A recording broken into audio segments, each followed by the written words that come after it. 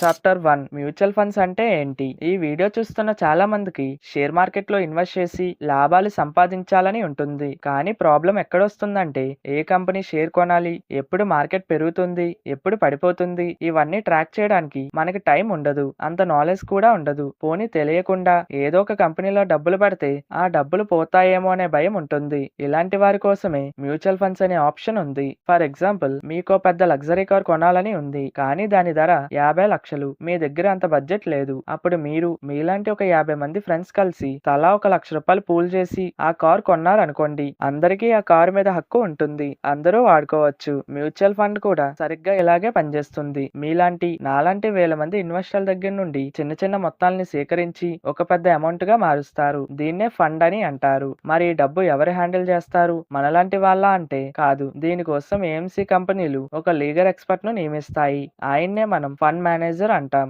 ఈయనకు share market మీద విపరీతమైన ఎక్స్పీరియన్స్ ఉంటుంది. ఈ ఫండ్ మేనేజర్ మీ డబ్బు మొత్తాన్ని తీసుకెళ్లి ఒకే కంపెనీలో పెట్టకుండా ఒక 30 నుండి 50 టాప్ కంపెనీల షేర్లలో విడగొట్టి ఇన్వెస్ట్ చేస్తారు. దీనివల్ల ఒక కంపెనీ నష్టపోయినా మిగతా కంపెనీల లాభాలు మిమ్మల్ని కాపాడుతాయి. చాప్టర్ 2 నావ్ మరియు యూనిట్లు అంటే ఏంటి? షేర్ మార్కెట్ లో అయితే షేర్లు కొంటాం. అదే మ్యూచువల్ ఫండ్స్ లో అయితే మనకు యూనిట్లు ఇస్తారు. ఇక్కడే మనం ముఖ్యంగా తెలుసుకోవాల్సింది నావ్ నెట్ అసెట్ వాల్యూ గురించి. మనం షాప్ కు వెళ్లి బంగారం కొనేటప్పుడు ఒక గ్రాము బంగారం ధర ఎంత అని అడుగుతాం కదా. అలాగే మ్యూచువల్ ఫండ్ లో ఒక యూనిట్ ధర ఎంత అని చెప్పేదే నావ్. ఫర్ ఎగ్జాంపుల్ మీరు ఒక మ్యూచువల్ ఫండ్ లో ₹1000 ఇన్వెస్ట్ చేయాలనుకున్నారు. ఆ రోజు ఆ ఫండ్ యొక్క నావ్ ₹10 ఉందనుకుందాం. అంటే మీకు 100 యూనిట్లు వస్తాయి. కంపెనీ షేర్ల ధరలు పెరిగితే నావ్ వాల్యూ కూడా పెరుగుతుంది. నావ్ పెరిగితే యూనిట్ ధర కూడా పెరుగుతుంది. కానీ ఇక్కడ మీరు గుర్తుంచుకోవాల్సిన విషయం ఏంటంటే షేర్ల ధరలు సెకండ్ మారుతూ ఉంటాయి. కానీ మ్యూచువల్ ఫండ్ నావ్ మాత్రం ప్రతిరోజు మార్కెట్ ముగిసిన తర్వాత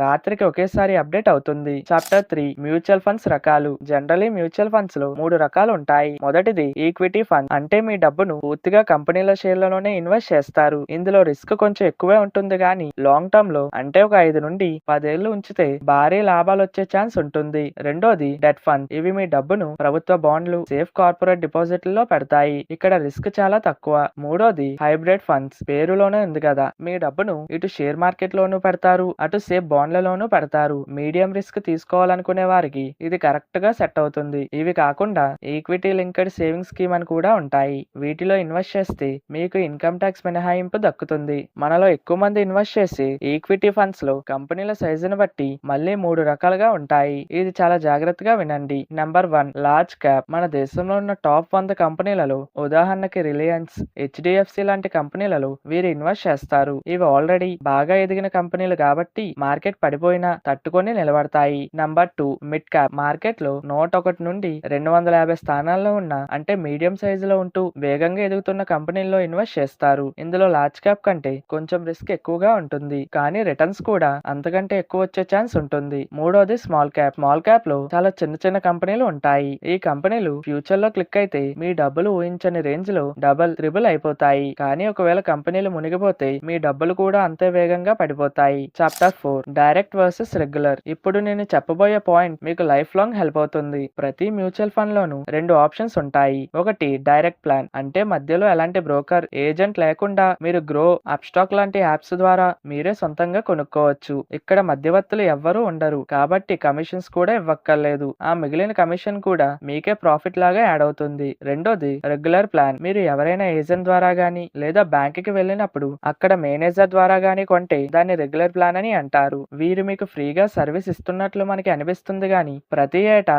మీ డబ్బుల నుండి కొంత శాతం కమిషన్ ఆ ఏజెంట్ కి వెళ్తూనే ఉంటుంది. లాంగ్ టర్మ్ లో అంటే ఒక 15 నుండి 20 ఏళ్లలో ఈ చిన్న కమిషన్ వల్లే మీ లాభాల్లో దాదాపు లక్షల రూపాయలు తగ్గిపోతాయి. అందుకే ఫ్రెండ్స్, మీరు ఏ యాప్ లో ఇన్వెస్ట్ చేసినా సరే ఫండ్ పేరు పక్కన డైరెక్ట్ గ్రోత్ అని ఉందో లేదో చూసుకొని మాత్రమే ఇన్వెస్ట్ చేయండి. చాప్టర్ 5 ఇన్వెస్ట్ చేయడం ఎలా. దీనికి 2 దారులు ఉన్నాయి. మొదటిది లంసమ్. మీ దగ్గర ఒకేసారి ఒక పెద్ద అమౌంట్ ఉందనుకుందాం. ఉదాహరణకి ఒక 50,000, ₹1,00,000. దాన్ని ఒకేసారి మ్యూచువల్ ఫండ్ లో పెట్టేయడాన్ని లంసమ్ అని అంటారు. రెండోది మీ అందరికీ బాగా తెలిసిన సిస్టమాటిక్ ఇన్వెస్ట్మెంట్ ప్లాన్. దీనికోసం మీ దగ్గర వేలల్లో డబ్బులు ఉండక్కర్లేదు. ప్రతి నెల ఒక ఫిక్స్డ్ డేట్ న మీ అకౌంట్ నుండి కనీసం ₹100 లేదా 500 ఆటోమేటిక్ గా కట్ అయ్యి ఇన్వెస్ట్ అయిపోయేలా సెట్ చేసుకోవచ్చు. Chapter 6 compounding. మ్యూచువల్ ఫండ్స్ లో ఉన్న అసలైన సీక్రెట్ ఏంటో తెలుసా? Compounding power. మీరు ఎంత చిన్న వయసులో ఇన్వెస్ట్ చేయడం స్టార్ట్ చేసి ఎంత ఎక్కువ కాలం మార్కెట్ లో డబ్బులను ఉంచితే మీ లాభాల మీద మళ్ళీ లాభాలొచ్చి మీ డబ్బు అంత వేగంగా ఊహించని విధంగా పెరుగుతాయి.